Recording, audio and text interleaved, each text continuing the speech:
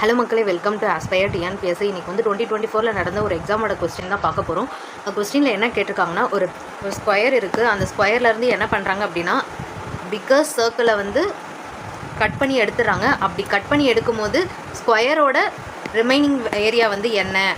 So நான் shade பண்ணுறல, இந்த ஸ்கொயரோட ரிமைனிங் ஏரியா வந்து என்ன அப்படின்னு கேட்டிருக்காங்க. இதுதான் வந்து கொஸ்டின். ஸ்கொயரோட சைட் வந்து கொஸ்டினில் எவ்வளோ கொடுத்துருக்காங்க அப்படின்னா வந்து 14 யூனிட்ஸ்னு சொல்லி கொடுத்துருக்காங்க.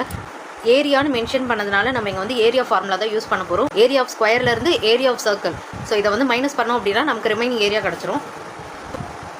Area of square minus area of circle இது ஈக்குவல் டு ரிமைனிங் ஏரியா. இதுக்கு நமக்கு வந்து இந்த ஃபார்முலா யூஸ் பண்ணோம் அப்படின்னா நமக்கு வந்து என்னென்னா ரிமைனிங் ஏரியாவோட வேல்யூ கிடச்சிரும். ஏரியா ஆஃப் ஸ்கொயர் ஃபார்முலா என்ன? A square minus area of circle formula என்ன? Pi R square. நமக்கு வந்து ரேடியஸ் வேல்யூ வந்து என்னென்னு தெரியாது.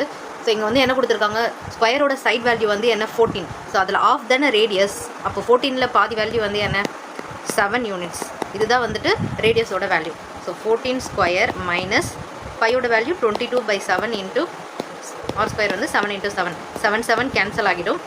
22 × 7 மல்டிப்ளை பண்ணோன்னா நமக்கு வந்து 154 வந்து ஆன்சர் கிடைக்கும். 14 ஸ்கொயரோட வேல்யூ 196.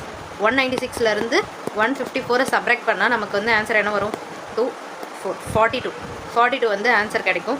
ஸோ அப்போ ரிமைனிங் ஏரியா வந்து is equal to 42 square units. அவ்வளோதான். ஸோ இதுதான் வந்து ஆன்சர். பாருங்கள், ஸோ கொடுத்துருக்க ஏரியா ஆஃப் ஸ்கொயர்லேருந்து ஏரியா ஆஃப் சர்க்கிளை மைனஸ் பண்ணுறோம்ல, அதுலேருந்து மைனஸ் பண்ணி கிடைக்கிற வேல்யூ தான் நமக்கு வந்து ரிமைனிங் ஏரியா.